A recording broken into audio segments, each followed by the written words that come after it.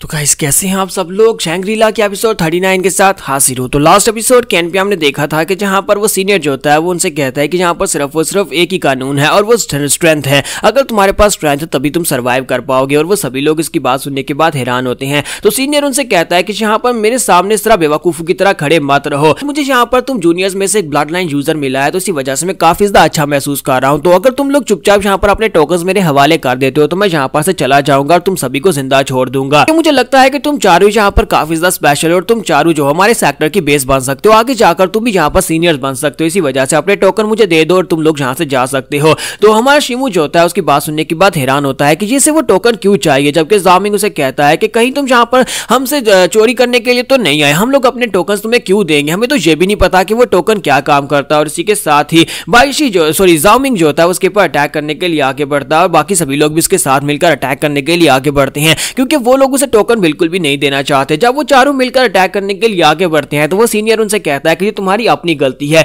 अब देखो मैं तुम्हारे साथ क्या करने वाला हूं। और इसी के साथ वो जेन की को रिलीज करता है। जब वो वहां पर जेन की को रिलीज करता है तो तुम्हारे शिमू को झटका लगता है क्योंकि जब वो फिफ्थ अंकल से फाइट कर रहा था उन्होंने बियर पाम को रिलीज किया था और साथ में जेन की को रिलीज कर रहे थे। तो तुम्हारा शिमू कहता है कि लास्ट टाइम फिफ्थ अंकल से मैंने बहुत ही बुरी तरह से मार खाई थी लेकिन इस बार नहीं, इस बार तो मैं बिल्कुल ही मार नहीं खाने वाला। तो सीनियर जैसे ही आगे बढ़कर जामिंग के ऊपर अटैक करता है वो जाकर उसके मुंह के ऊपर एक जबरदस्त पंच मारता है। तो जामिंग इसी के साथ बेचारा उठता हुआ काफी दूर पीछे की तरफ गिरता है और उसका टोकन भी गिर जाता है। उसका चेहरा पूरी तरह जख्मी हो जाता है। हमारा शिमू पीछे जाता है और जाकर उसको दूर ज्यादा गिरने से बचाता है। और दूसरी तरफ दिखाता है कि सीनियर जो होता है बड़ी तेजी के साथ वहां पर सामने जाकर उसका टोकन उठा लेता है और बायशी जो होता है वो भी बड़ी तेजी के साथ भागता हुआ जामिंग की तरफ आगे बढ़ता है ताकि जाकर उसे उठा सके। लेकिन क्योंकि वो पहले अटैक की वजह से यानी सीनियर जब उसे पंच मारा था तो उसके बाजू बहुत ही बुरी तरह जख्मी थे। इसी वजह से उसे भी झटका लगता है और वो भी वहीं पर गिर जाता है और कहता है कि मैं भी नहीं उठ सकता, मेरे बाजुओं के अंदर बहुत ज्यादा दर्द हो रहा है। तो हमारा शिमू वहां पर देख रहा होता है कि अब इनमें से कोई भी यहाँ पर फाइट करने के लायक नहीं बचा और साथ ही शिमू सोच रहा था कि डेक के ऊपर इन दोनों लड़कों ने मेरी मदद की थी। इसका मतलब यह है कि ये दोनों मेरे दोस्त हैं, मैं अपने दोस्तों को यहाँ पर बुरी हालत में कैसे देख सकता हूँ।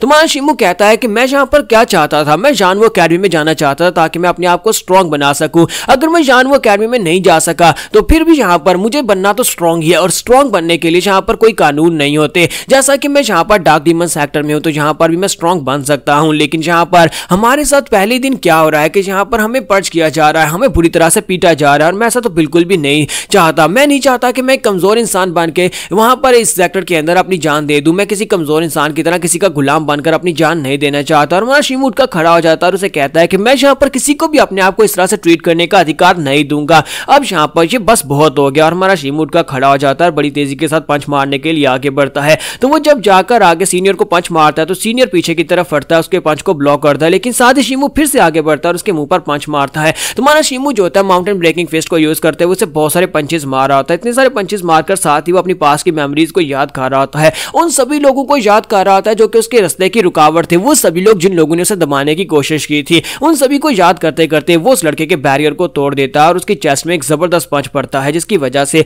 वो सीनियर लड़का भी जख्मी हो जाता है। लेकिन साथ ही वो काफी ज्यादा एक्साइटेड होता है और वो भी शिमू के मुंह पर पंचेस मारना स्टार्ट करता है। शिमू पीछे की तरफ गिरता है, शिमू फिर से आगे बढ़ता है, वो बड़ी तेजी के साथ से पंच मारने के लिए आगे बढ़ता है। दोनों एक दूसरे को पंचेस मार रहे होते हैं, दोनों के पंचेस एक दूसरे को हिट कर रहे होते हैं, दोनों जख्मी हो रहे होते हैं, दोनों के मुंह से ब्लड बह रहा होता है। लेकिन सीनियर लड़का इस बात से ज्यादा हैरान हो रहा होता है कि ये लड़का जो अभी भी यहाँ पर आया है वो उसके सामने टिक पा रहा है और बाकी के तीनों भी वहां पर उसी की तरफ ही देख रहे होते हैं कि शिमू जो है उसका रिजॉल्व और उसकी स्ट्रेंथ जो है वाकई में रिमार्केबल है। तुम्हारा शिमू जो होता है फाइनल के ऊपर जब उसे एक जबरदस्त पंच मारता है तो वो पंच जो होता है वो सीधा उसकी चेस्ट में पड़ता है और इसके साथ सीनियर लड़का बहुत ज्यादा जख्मी होता है। और इसी के साथ शिमू को वो आगे से पंच मारता है जिससे शिमू पीछे की तरफ गिर जाता है। तो सीनियर जो होता है उनका खड़ा होता है, अपनी ब्लड को चाटता है और कहता है कि मजा आ गया, काफी अरसे के बाद मेरा ब्लड इस तरह से पंप हुआ है, किसी जूनियर लड़के ने मुझे इतनी बुरी तरह से पीटा है तो अब मैं यहाँ पर तुम्हें मारने वाला हूँ। और जब वो वहां पर अपनी जेन की को रिलीज करता है और अपने साथ ब्लड पावर को रिलीज करता है तो मैं शिमू कहता है कि नहीं, फिर से नहीं, लास्ट टाइम जब भी कोई मेरे सामने अपनी ब्लड लाइन की पावर्स को रिलीज करता है तो उसी के साथ ही मेरी बस हो जाती है, लेकिन आज नहीं, आज यहाँ पर ऐसा बिल्कुल भी नहीं होने वाला। तो आज मेरा पंच जो है वो तुम्हारी जेन की लेयर को तोड़ डालेगा। और इसी के साथ ही हमारा शिमू माउंटेन ब्रेकिंग फिस्ट को यूज करने वाला उसकी फाइनल फॉर्म को दोनों एक दूसरे की तरफ आगे लपकते हैं, दोनों पंच मारने वाले हैं और दोनों के पंचेस एक दूसरे के साथ टकराते हैं। तो वहां पर एक जबरदस्त धमाका होता है। जैसे वहां पर धमाका होता है तो हालांकि सीनियर का पंच जो है वो ज्यादा पावरफुल है, लेकिन इसी के साथ ही दिखाते हैं कि हमारा शिमू वहां पर एक जबरदस्त चीख मारता है और इसी के साथ ही सीनियर बेचारे का बाजू टूट जाता है और सीनियर उठता हुआ पीछे की तरफ जाकर गिरता है। वो अपना बाजू पकड़कर खड़ा होता है, फिर साथ ही कहता है कि ऐसा कैसे हो सकता है, ये इम्पॉसिबल है, ये पहुंचना इम्पॉसिबल है। हमने यहाँ पर जिस टेक्निक को यूज किया है वो स्टोन ब्रेकिंग पंच है, और स्टोन ब्रेकिंग पंच जो है वो की किंगडम की एक बहुत ही लो ग्रेड की मार्शल आर्ट्स की टेक्निक है मेरी मार्शल आर्ट्स की टेक्निक के मुकाबले में, और मैं यहाँ पर ज़ेन की को भी यूज कर रहा हूँ, जबकि तुम ज़ेन की को भी यूज नहीं कर सकते लड़के। मुझे लगता है कि तुम सिर्फ और सिर्फ अपनी शेयर स्ट्रेंथ के साथ ये सब कुछ कर पाए हो। तुम्हारा शिमू जो होता है वहां पर जब उसके सामने लंबे लंबे सांस ले रहा होता है तो उसी के साथ ही सीनियर लड़का जो होता है कहता है लगता है कि तुम्हारे पास भी ब्लड लाइन की पावर है। हमने उस ब्लड लाइन की पावर के बारे में काफी कुछ सुना है, जिसे बेकार स्टोन मंकी की ब्लड लाइन कहा जाता है, जिससे इंसान को स्टैमिना और स्ट्रेंथ मिलती है। साथ ही वो हमारे शिमू का मजाक उड़ाना शुरू कर देता है और कहता है देखो तो जरा हमारे सेक्टर में बेकार लोगों की भी एंट्री होना शुरू हो गई, एक बेकार ब्लड लाइन वाले लड़के को भी स्मगल करके हमारे सेक्टर में लाया गया है। मुझे लगता है कि अगर एल्डर्स को पता चल गया कि तुम्हारे पास बेकार ब्लड लाइन की पावर है तो तुम्हें उठाकर बाहर फेंक देंगे। फिर साथ ही वो पीछे मुड़ जाता है और कहता है कि लड़के मैं तुम्हारा नाम याद रखूंगा और अगली बार यहाँ पर तुमसे एक प्रॉपर फाइट करूंगा, और इसी के साथ ही वो सीनियर लड़का वहां पर से चला जाता है। उसके चले जाने के बाद हमारा शिमू वहीं पर गिर जाता है, लंबे लंबे सांस ले रहा था क्योंकि वो बहुत ही बुरी हालत में होता है। तो उसके बाद ये लोग अपने क्वार्टर्स के अंदर चले जाते हैं, और क्वार्टर्स में रात गुजारने के बाद सुबह हमारा शिमू उठता है और कहता है अब यहाँ पर सिर्फ और सिर्फ एक ही रूल है जिसे हमें फॉलो करना है और हमें स्ट्रॉन्ग बनना है। अगर हम लोग स्ट्रॉन्ग है तो कोई हमें बुली नहीं कर पाएगा। और साथ से वहां पर उसके पास जो पिल्स वगैरह होती है, टोकन्स वगैरह होते हैं, वो सारे अपने पास रखता है, अपने कपड़े पहनता है, वो अपनी नई यूनिफॉर्म पहनता है, वहां पर से बाहर निकलता है और कहता है कि यहाँ पर इस जगह के ऊपर रहने के बाद हम लोग या तो बहुत ज्यादा स्ट्रॉन्गर बनकर बाहर निकलेंगे या फिर हम लोग यहीं पर मर जाएंगे। तो हमें यहाँ पर ये फैसला करना होगा। डार्क डीमन सेक्टर, आज से हम लोग यहाँ पर डार्क डीमन सेक्टर के ही डिसाइपल हैं। तो जब वो अपने क्वार्टर से बाहर निकलता है, बाहर निकलकर देखता है कि वहां पर जो डिसाइपल्स होते हैं बहुत ही बुरी हालत में बैठे होते हैं, जैसे सुबह सुबह कहीं से मार खाकर आए हों। तो ये देखने के बाद वो काफी हैरान होता है। तो वहीं पर बायशी होता है, तो बायशी से वो पूछता है कि यहाँ पर हुआ क्या है। तो वो कहता है कि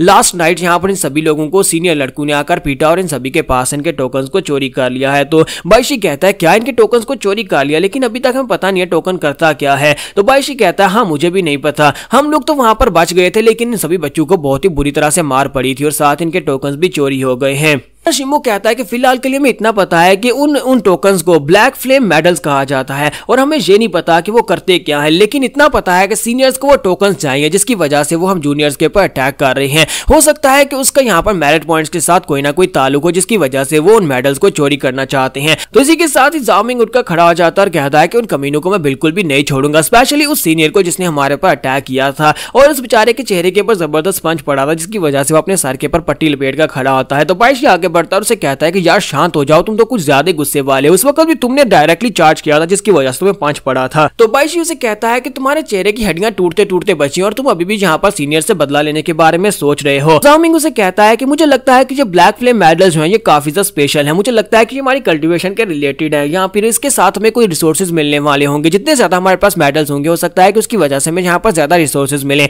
इसी वजह से सीनियर जो है हमारे पर अटैक करके हमारे पास से रिसोर्सेज छीनना चाहते हैं। तो वो लोग वहां पर इसी नतीजे पर पहुंचते हैं कि जहां पर जितने भी जूनियर्स आए होंगे सभी के ऊपर रास्ते में अटैक हुआ होगा ताकि उनके पास उनके मेडल्स को छीना जा सके। अगर हम लोग यहाँ पर अपने इस मेडल्स को बचाना चाहते हैं तो फिर हमें यहाँ पर अपने आप को स्ट्रॉन्ग बनाना होगा ताकि हम लोग सीनियर से इन मेडल्स को बचा सकें। यहाँ पर हमारी एपिसोड 39 का एंड हो जाता है। तो एपिसोड की एक्सप्लेनेशन अच्छी लगी हो तो कमेंट करके जरूर बताइएगा, वीडियो को लाइक करना मत भूलिएगा। Thank you.